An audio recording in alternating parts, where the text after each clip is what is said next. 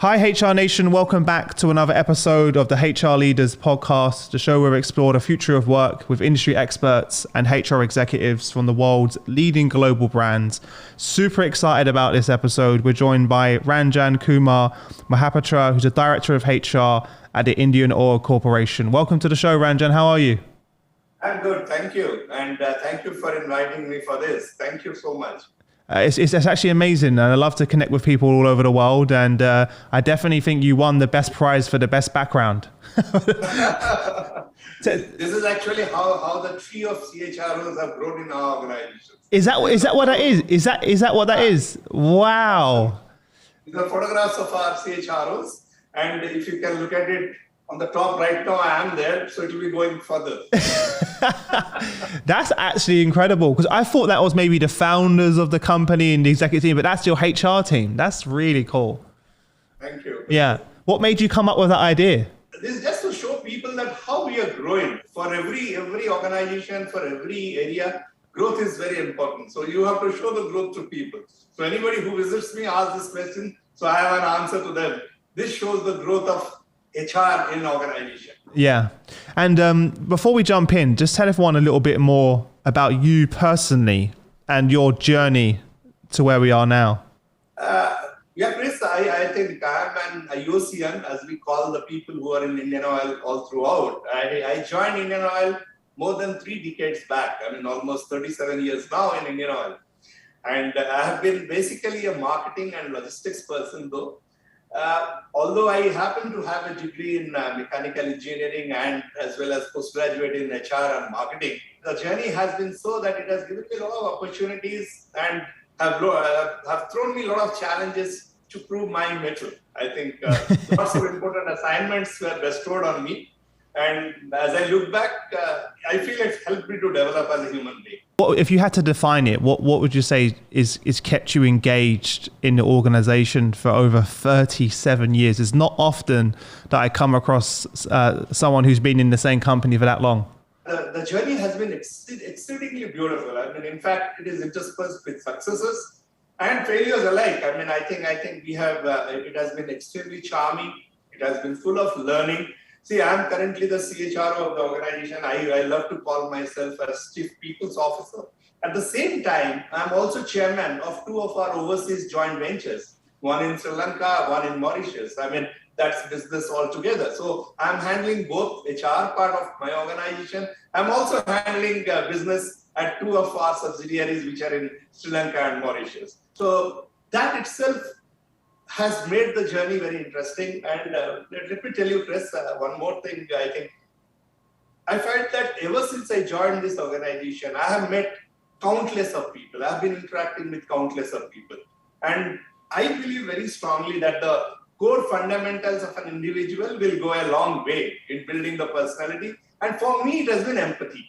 I think whether handling core operations or heading a young team in Mauritius or as in charge of a large state of marketing, I have always focused on way of working that is rooted in empathy. And that is why they have chosen me as the Chief People's Officer. And I'm here with you. Amazing. When you reflect and think about the fact that you are a Chief People Officer of one of India's largest commercial enterprises, I'm sure you don't take that lightly. It comes with lots of responsibilities, lots of ways and means to really meet people's aspirations. You have a lot of stakeholders who are associated with it, whether it is direct employees of more than 33,000 employees. You have 300,000 of indirect employees whose aspirations have to be taken care of. And yes, I feel there has been no change, no difference in my working, and the responsibility has changed. But Chris, I must tell you, I'm a bit proud that my people's spirit has been strengthened over time by dealing with so many people now. Incredible. You mentioned a minute ago about working across different geographies. This seems to be one of the common parts of what makes Chief People Officers and people that I speak to successful is being exposed to new cultures, new geographies and ways of working. How has that shaped you as a leader over the years? I was just listening to somebody yesterday. He was telling life is full of experiences. If you don't learn from the experiences, you don't progress further. And when you are progressing further, you look back, you look present, and you look further as well. So that's what makes you finally develop as a human being and to get the best out of for yourself and for the stakeholders that you deal with. Mm-hmm. And that's how Indian Oil has given me that scope. I have worked in all parts of India. I have worked abroad also. I have worked in Mauritius, as I was telling you. I have worked in Mauritius for 4 years. I'm currently also leading these teams in Mauritius as well as Sri Lanka. So these have been too much of experiences, which is extremely helpful for somebody to take decisions and to be empathetic towards anybody's requirement. So that has helped me a lot. Would you encourage peers that are listening to the show to make sure that they experience that? Was that something that was intentional for you or something that just happened within the business? No, based on those fundamentals that if anybody has to be successful, he must experience a lot. I mean, he must have experience of all, not only geographically, as well as business-wise also, he must have those experiences. Mm-hmm. That has happened. I think when we are, right now also, when we are building our leaders, we would like to expose them to different scenarios at all points of time, whether it's in business or in HR or dealing with people, dealing with geographies, dealing with demographics. We would like to expose them to those. So, yeah, definitely. More or less it has been intentional, yes. Very important, especially in this day and age where there's so much disruption and so much uncertainty. We need to kind of build that resilience within our leaders, and being exposed in that way is something which goes a long way to help to do that. But also understanding that the language of the organization throughout across the business globally is very important as well. Looking back on your career, obviously it's not over yet, but looking back on your career, what are some of the moments that stand out to you that you're proud of? There is some time when you have touched somebody. I think I'll tell you just one small example. I was at that point of time in a state of West Bengal, which is a very large state there. Suddenly I get a call from somewhere that one of our officers, executives, while working in one of the locations, he has fallen down and he has hit himself on the ground and he is not well. Mm-hmm. And to tell you, Chris, you'll not be able to really realize this. In India, it's so spread across. The place this thing happened is a place in the northeast sector of India. It's a place called the Mohapatra, where the connectivity is not there. Absolutely, the connectivity, the medical facilities are not absolutely. They're the bare minimum. Mm-hmm. This is where I felt very good about my organization and our decisions. That immediately a call was taken that we will pick him up through air ambulance and bring him to a place where the medical facilities are available. And the person was, everybody had lost hope that he will no more be there. He will most likely will lose him. But he was picked up from there, brought to Calcutta where this facility is available. He was treated, and 6 months further, I visited Guwahati where that fellow is posted, and he's still not able to walk well, but he's back into office. He held my hand and told me, "Sir, I'll be back in action." And when I say this, Chris, I get goosebumps because these are the experiences which makes you realize that what you can do for people, how you can really make a difference. Mm-hmm. And this decision of ours, although somebody will think that it costs so much and all those things, but it really still makes me feel so happy that we could do it for him. Yeah, it's those moments that matter, right? As well. How has COVID and the events of the last year changed the way that you work in Indian Oil? I'm a person who believes in positivities in adversities, and I had this immense responsibility, as you told, how do you look at it? Immense responsibility that the fuel reaches every corner, every nook and corner, despite we had lockdown, we had this risk of infections, everything, but how does it reach? And this was not the time to look at profit, but to ensure that we also have well-being of our employees. I told you we have almost 33,000 employees. Not only that, We also have well-being of our associate workforce, which is very large, almost 300,000 associate workforce.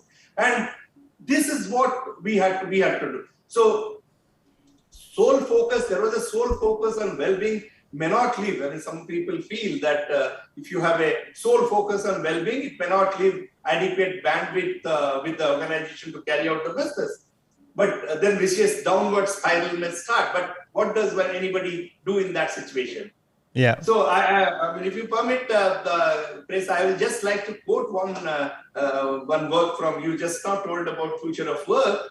The McKinsey Global Institute mentions that the business have an opportunity to reimagine themselves and look for innovative and equitable actions that can help people face this transition. So this is what has been telling us how leaders can explore measures, can include these disruptive changes. I mean, otherwise you and me would not have been talking in a video format. Maybe I would have loved to come to you and we would have a personal interaction somewhere. So these changes have come in. I think people have already started understanding these operating models, these considerations of diversity. I mean, I understand organizations like Google or Hilton. I think they have done away with degree requirements for many positions. They're now focusing solely on skills and interest. If a candidate has a skill for a particular area, he is fine. I mean, nothing to do with the degree requirements which will be there. Mm-hmm.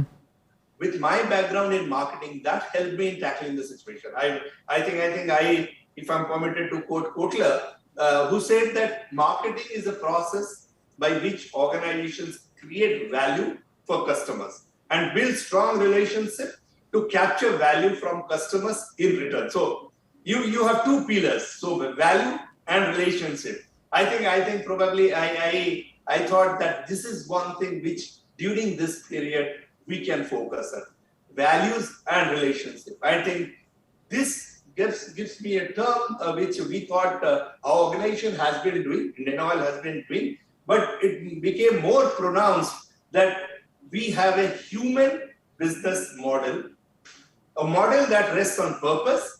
And if I can help people discover their true calling, passion will follow, isn't it? Yeah, 100%. Well, on that point then, how do you describe your own purpose? And then how's this realized in the work that you do? This is an eternal question. I think we will keep on asking people about purpose in future as well every time. I think searching for a clear and driving purpose in life is something humans have been in pursuit for generations. Yes. I think as we become, these days we have become more occupied society. I think people are searching for meaning through work life, or we are seeing a progressive shift where employees are caring less about monetary fulfillment and more about how their work seeks to fulfill a greater purpose. I think you told about future of work. Yeah. The future is right now, currently there. People are talking about that. They're talking more about how it can fulfill a greater purpose. In fact, I think you must have also seen it in a recent study by LinkedIn, where they found that 74% of job candidates, they want a job where they feel that their work matters. I mean, their work has some meaning to the organization. I think this is something we also at Indian Oil, we also believe very strongly that culture thrives when the organization and its people identify and nurture a collective purpose. I think this also refers to shared goals and values. Again, the same. I mean, organization and people should have shared goals and shared values. And I think for us, for Indian Oil, it has been one collective purpose has been service to nation. I think during this pandemic, when this lockdown happened, Chris, I'll tell you what happens. We have LPG, LPG cylinders. We have customers, it is delivered at their home. So when this lockdown happened, everybody was at home and suddenly everybody started cooking. No, the restaurant was available, nothing was available. Everybody started cooking at home. So requirement of LPG went up. And just to tell you, and this has to be supplied by us.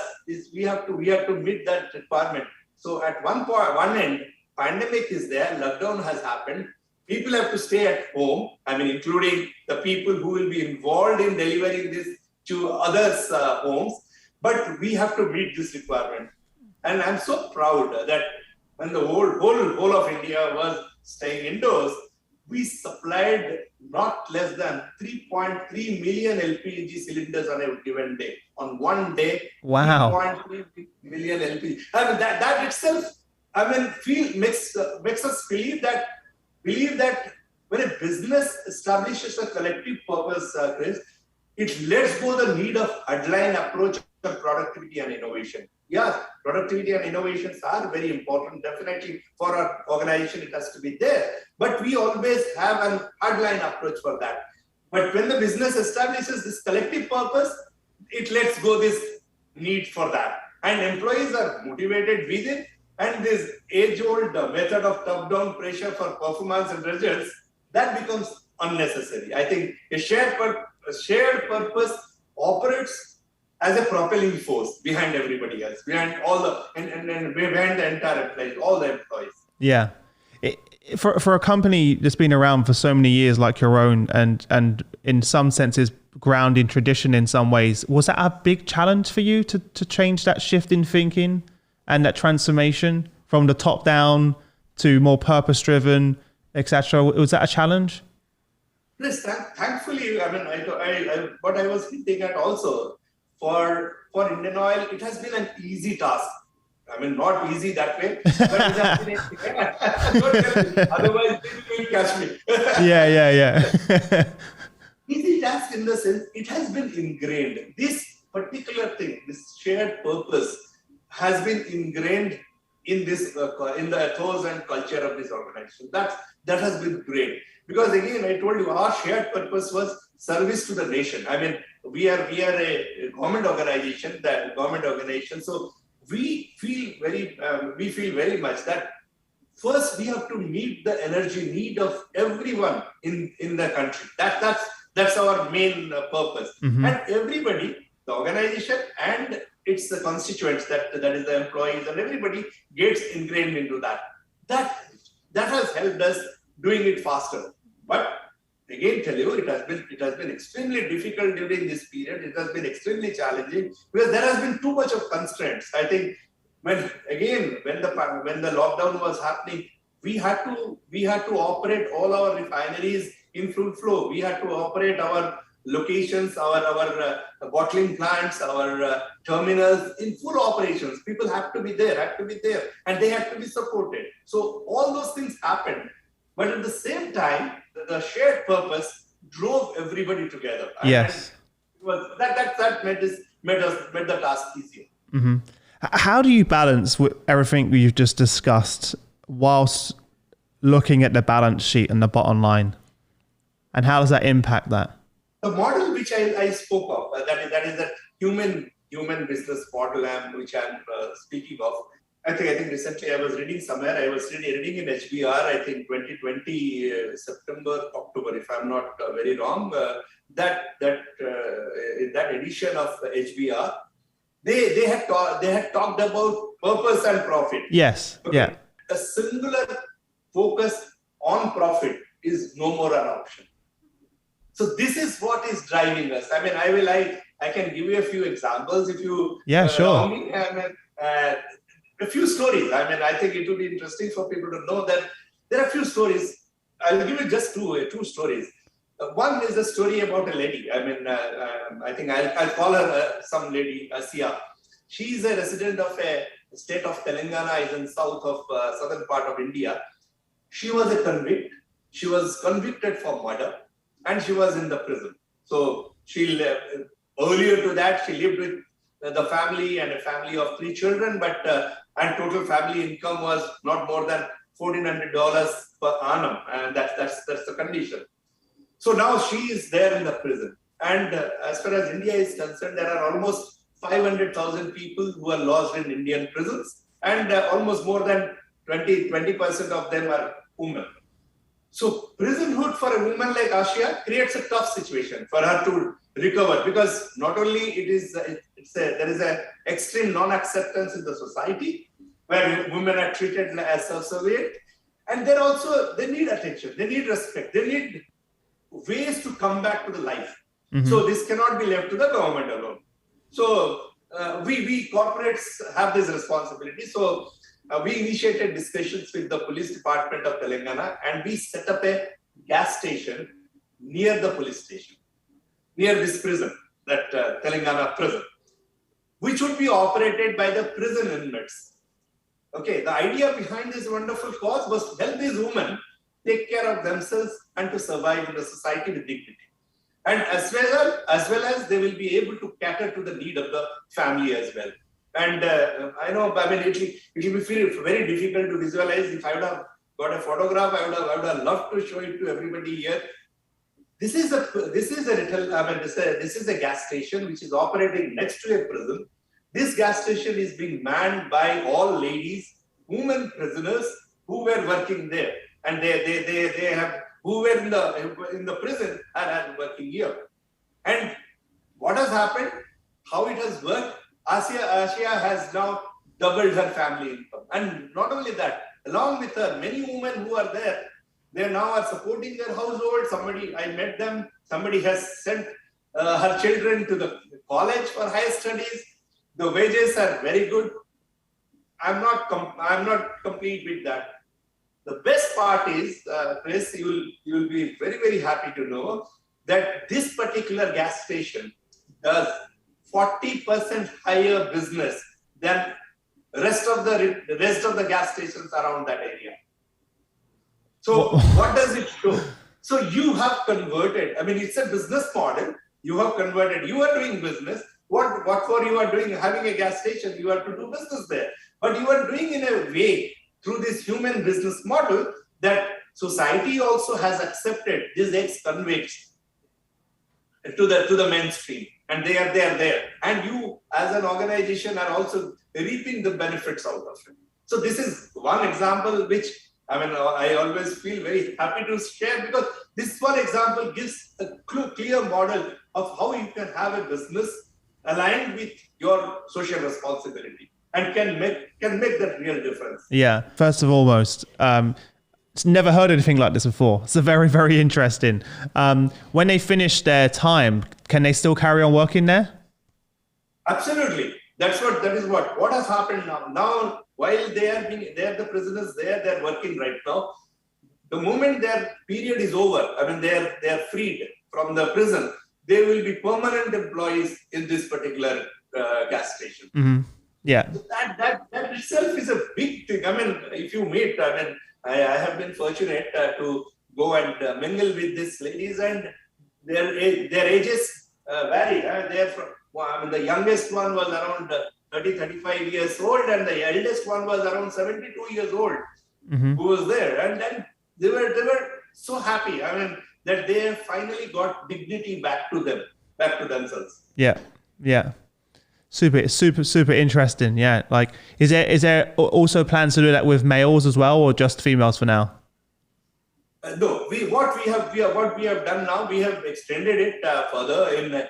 We have got now 28 such gas stations all over the country right now, not only in the state of Telangana, in other places as well. And this experimentation is being taken to the next stage. In fact, very recently, what we have also started, that not only that, can we associate them with sports? There are people there amongst them. There are people who can also who are good at sports, and now Olympics is catching up everywhere. So, taking that advantage, we have tried to engage them in sports as well. And if there's some of them are very good, which we expect that in another 2-3 months' time we'll be able to find out, then we can also sponsor them for taking up that as a future, as their future. No, I think we understand as well that the prison system doesn't really work in terms of rehabilitation.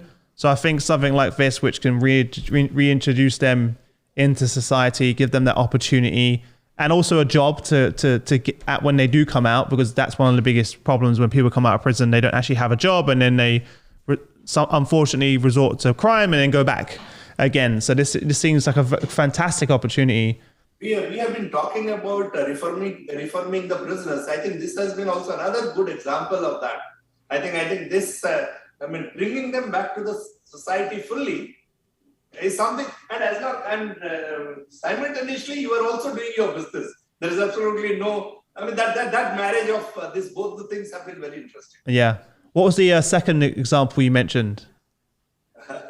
One more example. Okay. Yeah. One more example. I thought I'll give also similar. We have this one skill development institute where we skill people through short-term courses, and we try to train them and try to facilitate their employment, and we have been doing very good. So there is one program, I think I will have to tell you just briefly about that. There is one program which is called as a Pradhan Mantri Ujjwala Yojana, PMUY in India. In that program, what has happened, we have tried to reach to the poor women who are below the poverty line, to reach them and provide them with LPG connections. For us in India, LPG is a very big thing.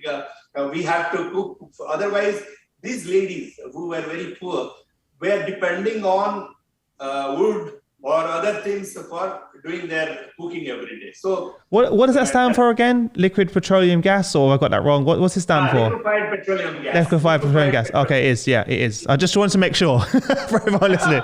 Yeah. Thank you. It's so common in India that we forget to the yeah. So that's actually what it is. Bottled. It is normally available in a bottle. In a steel container, and which is taken to the house, and it is connected to the stoves and ovens where whatever it is available. Mm-hmm. So these ladies were earlier using their time to search for traditional fuels like wood, collecting woods from the forest, or biomass, creating some cokes from the biomass and other things they were doing. So they were spending a lot of time in that. Now that they have the cylinder with them, they have a lot of time. Okay, so what Indian Oil coined the idea that, okay, let us have a pilot entrepreneurship which is linked with skill development. So, but for this particularly Ujjwala beneficiaries, these beneficiaries. So basic purpose was, okay, so we will increase the income of these trainees. They have now time. So we will train them in stitching and other activities so that they can use in future, they can be trained and they can use themselves and do these activities and earn some money for them. And we also will act as a common facility center. So we trained around 360 women in 2-year program in many activities, stitching, jute product making and other things. The best part is few of these trainees, they formed a company. Okay, they formed a company. Your own startup. A startup, exactly, yeah. You are right. And imagine, these are illiterate ladies. For India, they're not very literate ones. They're not very educated ones. They only have been skilled in this, but they really thought that they formed a startup. Yeah, you use this word correctly. Now, future, I will say startups, not company anymore. So they started this startup. This particular startup now acts as production and marketing hub to provide regular income to these Ujjwala beneficiaries in a sustainable manner. So what during pandemic, particularly during this crisis, this startup has played a beautiful role of Corona warriors, and they contributed for protecting the countrymen from the menace of COVID-19. How? They produced and supplied masks and sanitized napkins and jute bags to people through corporate houses. So not only they earned for their their company, their startups have become now very good, and many people have started joining in, and it is now going great. But it has given a cascading positive cycle of employment. Mm-hmm. Yeah. And we started with something as individual entrepreneurship, but that has really cascaded into a beautiful business model. Again, another example of human business model where people have converted this opportunity, this opportunity to a plausible entity by which they can get benefits and it will become successful. It becomes sustainable for them. Yeah. So I think it not only takes care of the human element, it also leads to formation of social enterprise. That's what I mean. That's more important. I think social enterprise, as we know, I think whose mission combines with revenue growth and profit, and also need to respect and support the environment and stakeholders. I think that is what is a social enterprise. And this human business model definitely throws in a lot of social enterprise into that. Yeah. It's really fascinating, Ranjan, because it's very rare that I have these type of conversations on the podcast, because in Western, in where we are in Europe and even, North America, we don't face a lot of the challenges that you're talking about as well. When you talk about these women living in poor areas that don't have access to what we perceive over here of basic utilities, right? There is a real responsibility for organizations like yourself to help as well. And so when we talk about corporate social responsibility over here in Europe versus your definition, you're living and breathing it every day, right?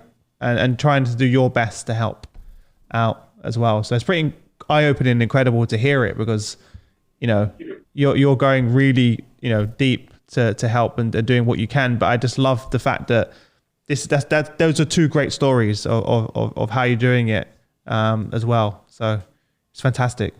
For you moving forward, what are you most excited about, moving forward in the coming years? The way we are adapting to technology, the way we have become agile, I think that would be very interesting. The world will not be the same again. I think I keep on telling people that what we have learned during this period of COVID, we must carry with us. I think if we forget tomorrow, let's say everything becomes normal and we forget everything and we do not use the learnings of these times, then we are going backwards by 20 years. I think that's what will happen. What fascinates me, the way people have become adaptable, the way people have become agile, and the way people have aligned to their own purpose as well as to the purpose of, whether it's an organization, the global purpose, or beyond the planet's purpose, everything, how people have aligned to that's very fascinating for me. And I do see a lot of changes which is further waiting to come in. Of course, future of workplace and workforce are going to definitely change a lot, and they will be defined the way now we respond to the current pandemic, as well as how we respond to the challenges which are being thrown at us. I think I find the future for HR leaders is extremely interesting. I think one more thing, Chris, I must tell you that I find that all bad things apart in this pandemic, HR leaders will be very happy. They are on the focus again during this period. I think they are back to focus. I think none of the CEOs, no CEO feels comfortable unless the CHRO is around him and to comfort him, to tell him about how do we go about in future. So that way, it's an exciting time for HR. Yeah. So before I let you go, Ranjan, where's the best place for our audience to connect with you if they want to connect with you and follow you? And then what sort of your parting piece of advice do you give to all of the HR leaders listening?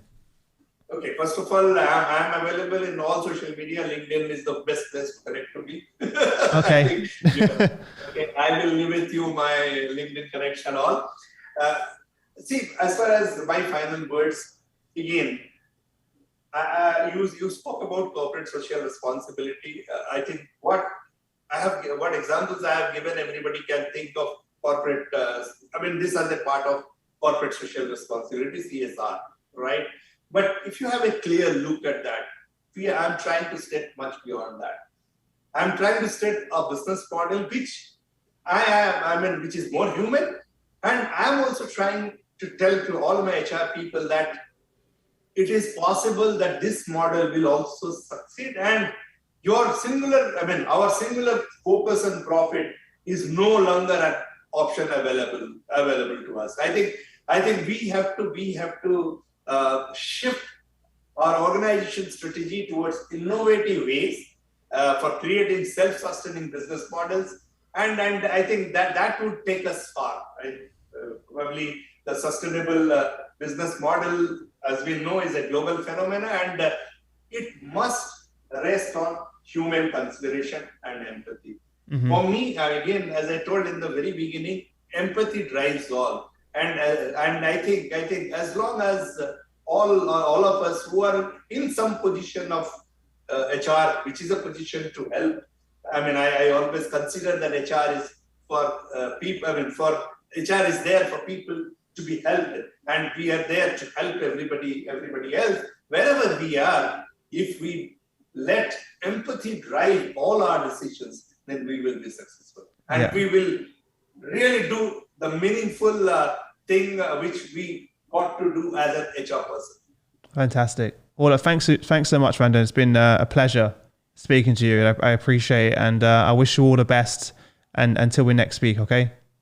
Thank you, Chris. Thank you very much. And I think pandemic is not yet over, so stay safe. You also stay safe. You too.